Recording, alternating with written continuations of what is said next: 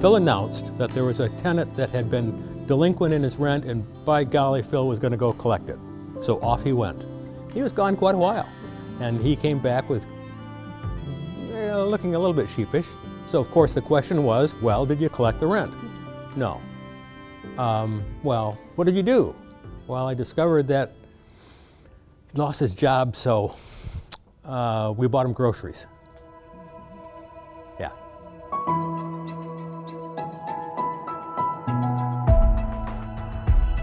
So it's been 20 years since Phil passed, right? So he was a good friend to, I think, all of us. Most everybody in the business, and an inspiration at the time, and still. What came to mind as I was thinking about this was his ability to inspire for others to aspire. Sometimes I hear a phrase, if you give, then you will receive. And it strikes me that that never was Phil's motivation. He wasn't giving to get something back. He was giving because it was the right thing to do. And there was not one time that he was just so true with whatever he did. If it was meeting you someplace, seeing you someplace, he was just there for you in whatever you did. He was just a unique man that was just great. I'm not sure how many of us really knew. He and Melanie were foster parents to a whole slew of foster children.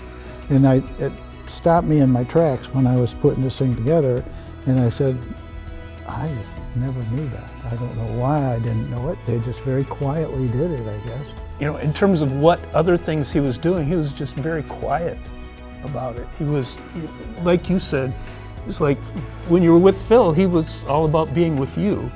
He wasn't somebody who bragged or talked about everything that he was involved in doing. He was, I think, sort of an uncle to me and lots of other people that I knew. I loved what you did, the quote from John Wesley. Yeah. That, I don't know if you can repeat it. I have it here. I could read I have it. Do all the good you can, by all the means you can, in all the ways you can, in all the places you can, at all the times you can, to all the people you can, as long as ever you can. So maybe that's a good answer to what inspired Phil.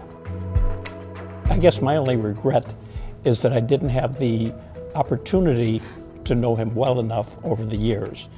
You know, I suppose had I known all of these things that are coming out now, and I hope what we're doing will help others to see the next Phil that's out there. Because there is other Phils that are out there that are doing real estate, helping the community, but we just don't always get to identify them.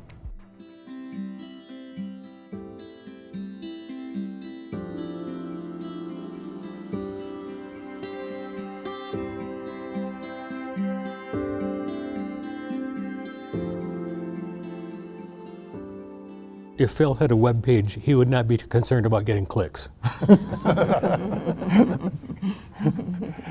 He wouldn't have a webpage, probably.